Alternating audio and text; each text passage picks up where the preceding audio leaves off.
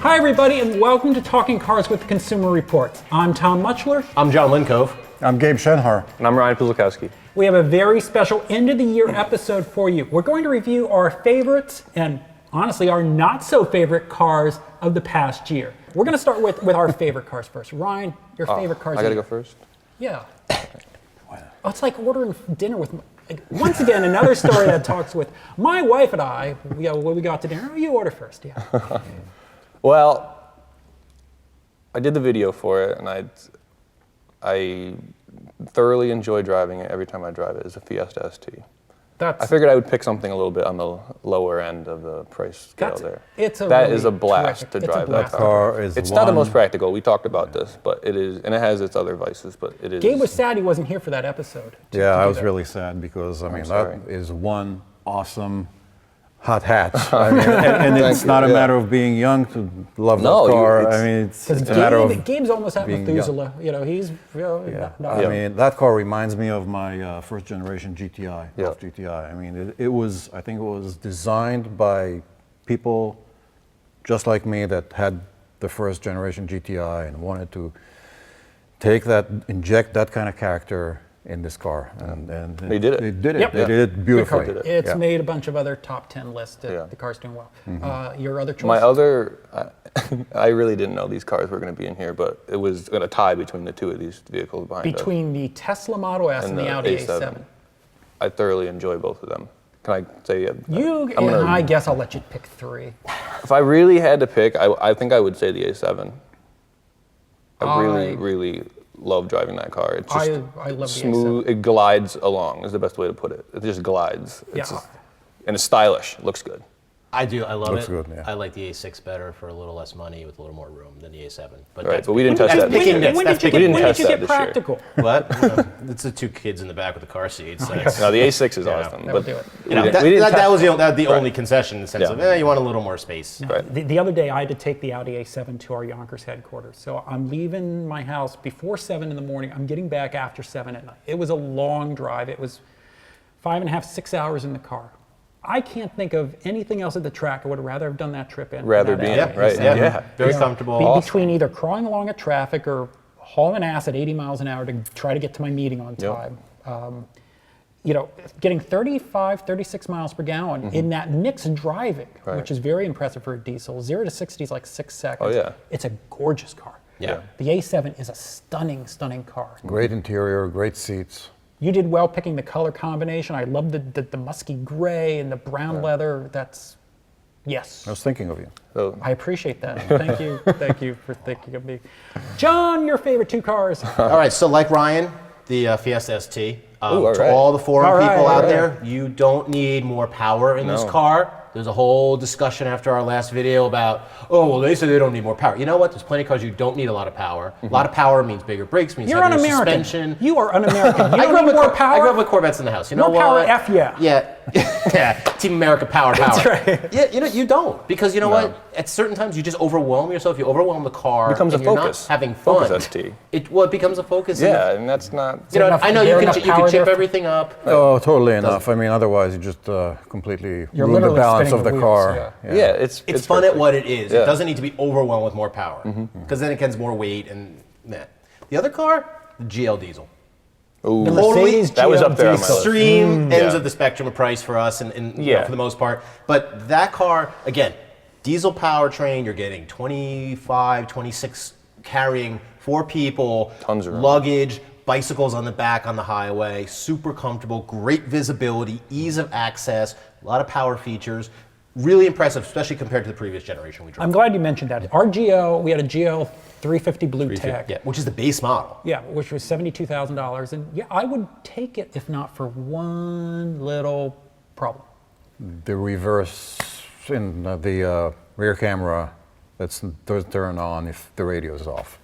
Yeah, actually, that's probably it. That's probably it. No, actually, it's not a problem for me because I never turn the radio off. Here's the thing, and to be completely honest, all of us here at the staff love that car. We do not recommend the car though, because in the avoidance maneuver, the stability control. What does it do? Explain what it does. It locks up a tire. you'd swerve out to the left, you go to swerve back to the right, and it was that left front would lock up and you go straight. It was really unnerving. Yeah, it was terrifying. It'll even do it coming out of my kid's daycare in the morning. It's sort of a drop off into the Right. street, and it bumps, and it thinks that something's happening, and it just dies. Yeah. So you're trying to pull into traffic, and it just kind of comes to a stop, and you just got to put your foot through it and hope it lets you go. They are trying to keep that big SUV on the ground. Yeah. They are doing what they think they need to do. That might be the best attempt, I guess, at it. The problem is that, it's it just terrifying. leaves you sitting out there in front of that oncoming Big Mac truck. Now, I'm willing to take it on in a GL, because a GL is big. Needs Solid. better, It's a solid truck. better stability control tuning. but it needs better stability control tuning. And we all love the car, it needs better Yeah, stability definitely control be tuning. top of our ratings. Lovely in car. the- It would that category. be our top scoring SUV by far, Yeah, because easily. even marking it down for that, Right, it for still that. scored really well. Yeah. So, Mercedes understand what to do. I'm glad you said that, though, because I like the GL a lot. That was high on my list. yep. Gabe, your two choices. Oh, I want to hear this. Yeah, I'd actually second my colleagues here with the Fiesta ST. Wow. I love that car. Whoa. 3 checks already. All right. 3 out of 4. I could drive that car anywhere. The pressure's on. So. Let's see what happens. But let's not dwell on this. Another car that we talked about, the A7, and we have the Tesla here. And you Now, know, I did not know what people were going to pick in advance, and I'm like, None of us knew honestly, the anything. A7's on my list. I figured someone's going to pick the Tesla. Between those two, which are conceptually very similar, kind of like luxurious and kind of sporty and hatchback, and this one is The Audi. The Audi is a diesel, very efficient, and the Tesla is electric. And you know, being me, liking to look at reality in the face. With the Tesla, okay, so on a good day you get 250 miles. With the Audi you get like 700 miles or so. And you fill this up in 5 minutes, and this one takes you 5 hours to fill up. Tesla can, yeah. But Well, I mean, you know what? Superchargers. When you drive these two cars, here I feel like I'm driving a tractor. And here I feel you like think the Audi is like a tractor? I think hurt. as refined I'm hurt. as that diesel is, Something happened with you and Mr. there's Diesel something years a ago. little bit. Are you the one who pushed Rudolph Diesel off that cruise ship? I don't know. Is that how the story went? There was a shadowy character. There's back. something a little antiquated about that tingle and vibration and noise that is absent, completely absent with a Tesla. So your with choice a is- Tesla, your choice is the you're Tesla. driving the future. That's what he's getting at. The here. rolling, That's where I'm getting at. the rolling fire bomb that is the Tesla. Which Ooh, A7s don't catch on fire. that's right. Diesel. Well, Anyway, neither do Teslas. That's All right, enough with rich people's problems. One car that really surprised me this year was the Hyundai Santa Fe, the 7-passenger really. SUV that we tested. Was Wow. one well sorted out car, and it's a heck of a deal to boot. I mean, $37,000, you get a 7-passenger SUV that rides well, has a slick powertrain, has all the versatility in the world. Yeah. It's a real surprise.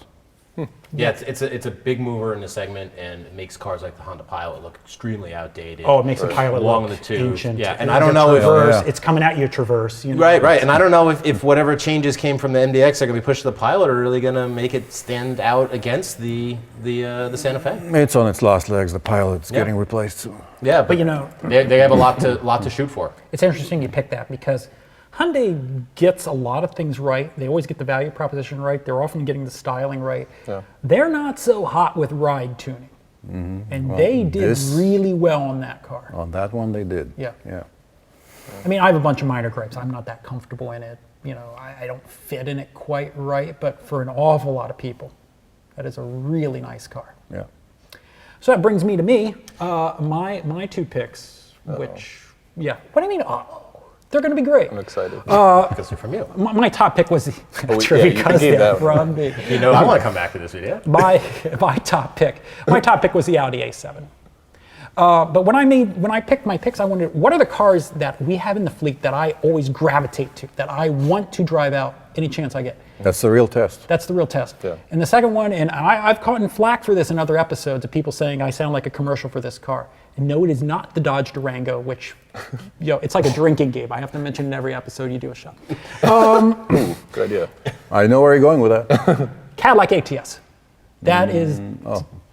You didn't expect that. I wasn't. Nobody expects the Cadillac ATS. I loved driving the Cadillac ATS. That was a fantastic driving fun. car, and I enjoy driving it more than the CTS. Yep. And one other surprise is a car that we've just recently purchased, the Buick Regal. Yeah. That's an impressive car. Didn't drive. I mean, they. It's okay. Yeah, it's Why okay. John's sad?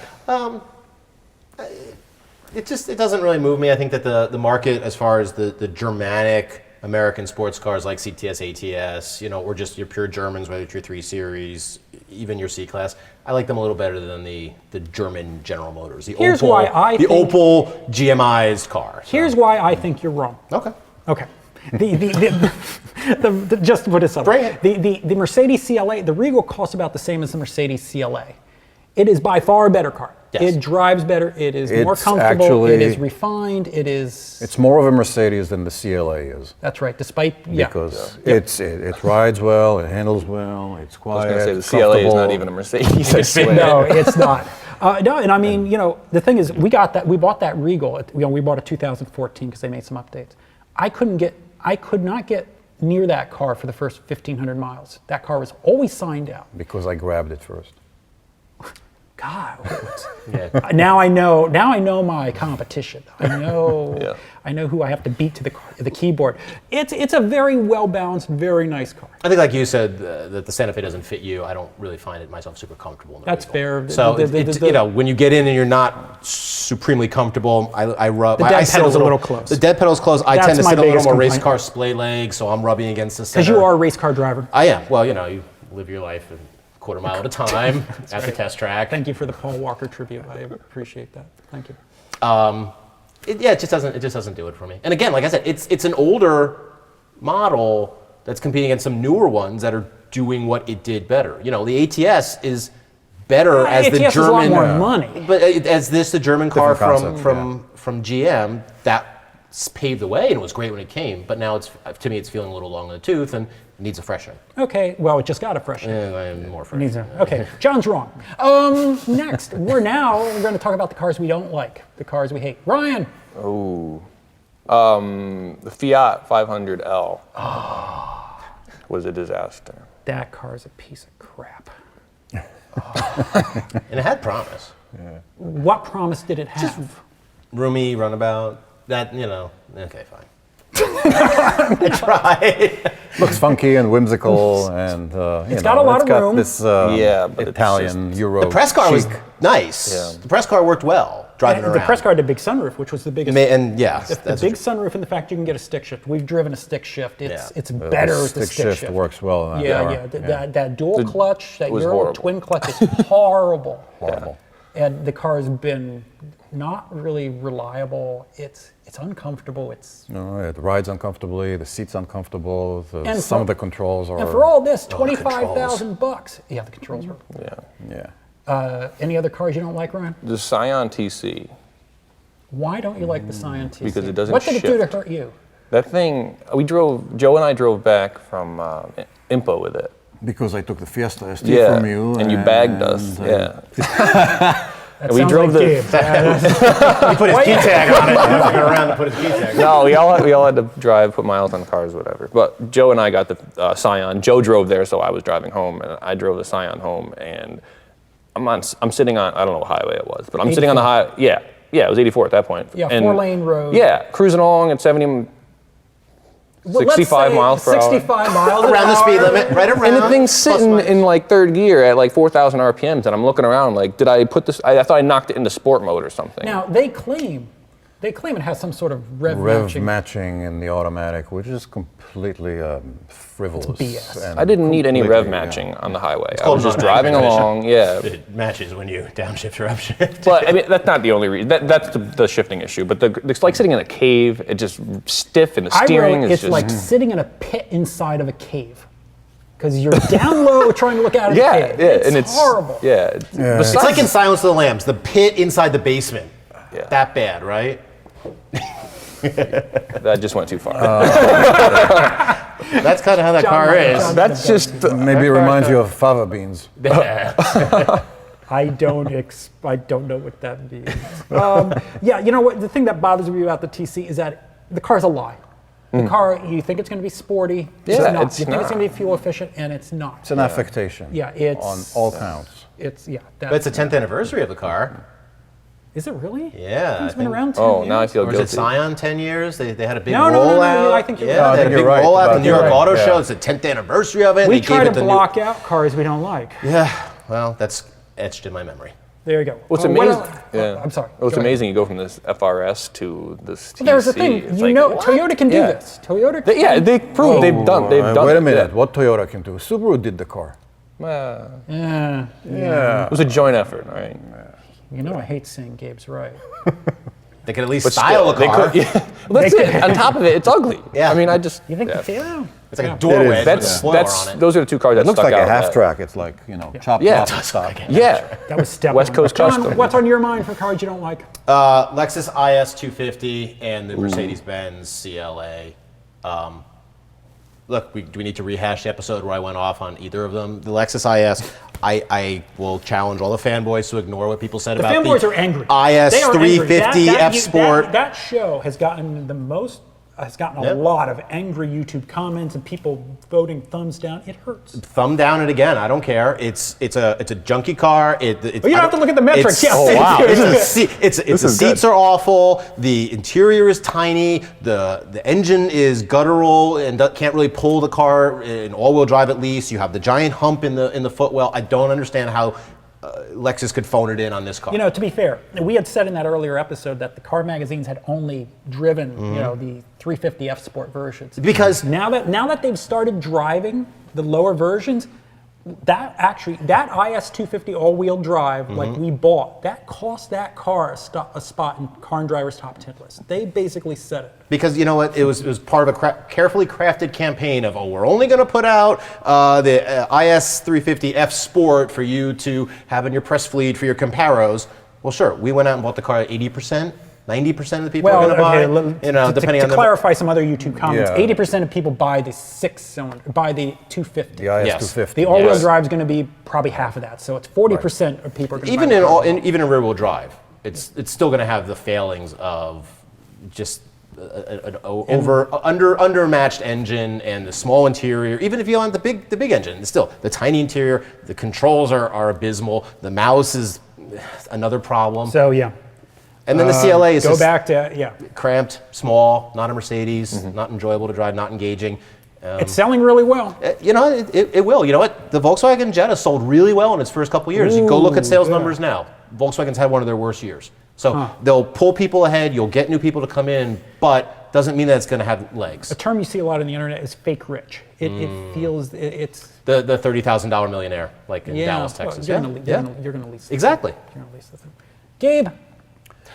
Okay, well, I'm not going to harp on the IS, although I share. John took care of that for John you. took care of it it's not more dead. than, and then some. So All angry YouTube comments, address them to So I'll John. move straight into the Acura RLX, which is really Wow. a car that rubs me the wrong way, because Honda completely phoned this one in. I mean, they're trying to compete with the 5 Series BMW, E-Class Mercedes. They priced the car at $57,000. It's only a front-wheel drive car. For the all-wheel drive, you need to get the $62,000 hybrid with all the gizmos. The car doesn't ride well at all. Nope. The car Steering's not doesn't handle well. It's a clumsy, large car. I was just going to say the steering is atrocious in that car. Yeah, completely. Yeah. And the controls are a mess. I mean, do two there are screens. two Yeah. screens I set mean, up. it's awful. Not good. That car doesn't belong where it competes, and it's not even competitive when you put it against a $40,000 Chevy Impala or a Kia Cadenza or a Buick LaCrosse. You know, but the thing is that car doesn't hurt me to drive it. You know, if you beat me to the keyboard and take everything, I'll never beat you to the keyboard. there on the will RLX. always be the RLX. You may not get the Range Rover, but you're going to always I have promise you that. There'll always be Acura RLX, Tom. I didn't get angry driving it. No, That's how I exactly. look at mean, it. I didn't have to pay for it though, because yeah. it's not worth. I would be upset. 57 Yeah, it's not worth 57 grand. Not at all. That would be a lease pull ahead if, because probably most of them are going to be leased, so someone will go back after a year and be like, get me in something else. Yeah, like, wow, we have a new MDX. Or Probably 6,000 of them that exactly. sell a year. Well, it'll be like the ZDX owners. The few, the proud, the six. The trade-ins. Yeah. So does that do it with your? No, I get one more. Do you? Yeah. Sure. Why not? The Mitsubishi Mirage. Oh, you're the best phrasing for this I didn't know car. you were including that. In I mean, that Yeah, car is... we haven't tested It's it yet. bad enough to We've include driven it. it a lot. Yeah. Well, a lot is What did you stretching ca- it what did because you we call had... it? Shorting. I call it, it's a matter of perspective, because if you're moving up from a rickshaw or a tuk-tuk, it's an upgrade. I mean, the car was Now- designed for third world countries. It's built in Thailand, It's built in Thailand. and not well, by the way. No. And the handling is clumsy. The car can't move out of its own way. It's a roly-poly kind of a car. The three-cylinder engine is sputtering and vibrating, and you feel like you're driving a... Again, you're complaining about vibrations and tractors. Yes. Actually, this one feels like a scooter, but with an umbrella. It's like a gem with a three-cylinder engine in it instead of battery power. No, that's an IMAV. Well, I was gonna say it's a step up. If you looked at the iMav and you're like, wow, the armrests are like this thin and it's like Lego plastic. Oh, but you could get into the Mirage. The Mirage is a dreadful car. I They can go further. You know, for all It's those an act of desperation. I mean, they just don't have any product. They said, just give us something, we don't care what. for all those people out there who say, I don't need Consumer Reports. They don't make bad cars anymore. That's a bad car. That is a bad the car. worst handling car I've driven in a long time. I can drive a Dodge Durango quicker down the Sawmill. You know, this 5,000-pound SUV, I can haul ass down the Sawmill Parkway. Twisty, windy. A Mirage feels scary. Yeah. It just, even Jake doesn't, you know, It's a he can't even manage scary that thing. car. You feel vulnerable in it. Yeah.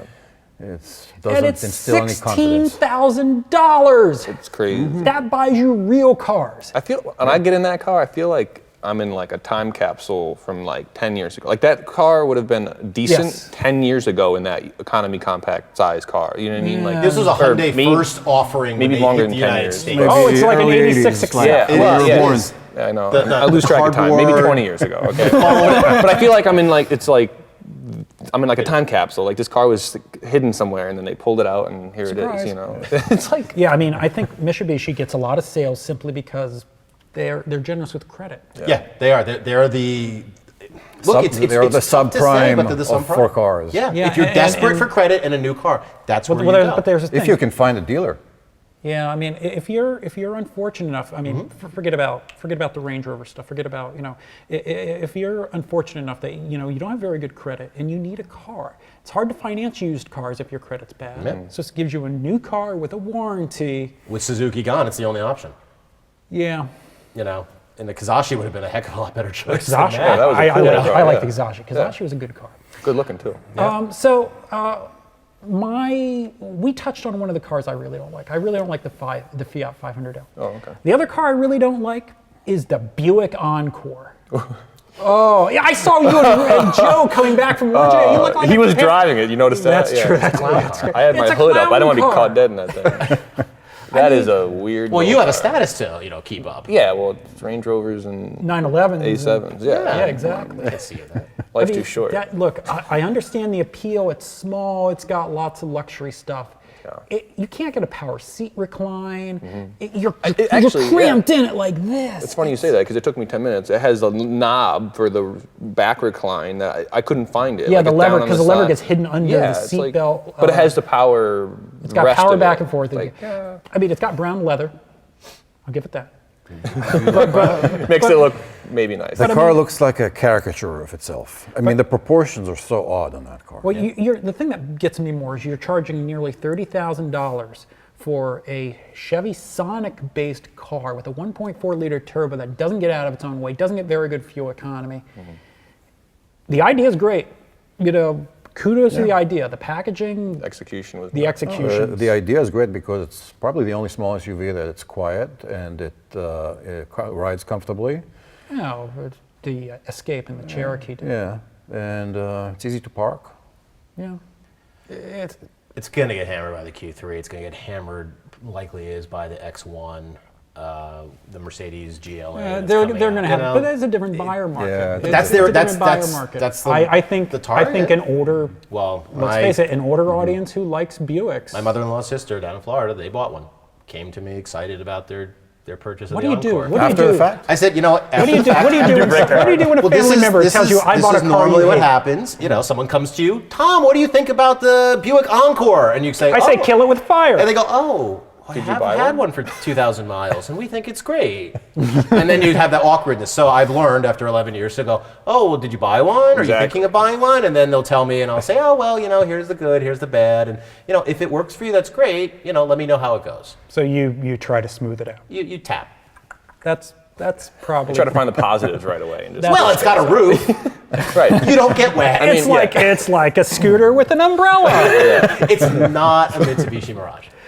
So that's, yeah. So once again, we went pretty long on this episode. We had a lot to talk about. We thank you to our audience who's been listening to the show for 20 episodes. Thanks so much for that. We hope you have a good new year. Our next show, we're going to be coming to you from the show floor at the Detroit Auto Show. So we're really looking forward to bringing you that. Thanks so much.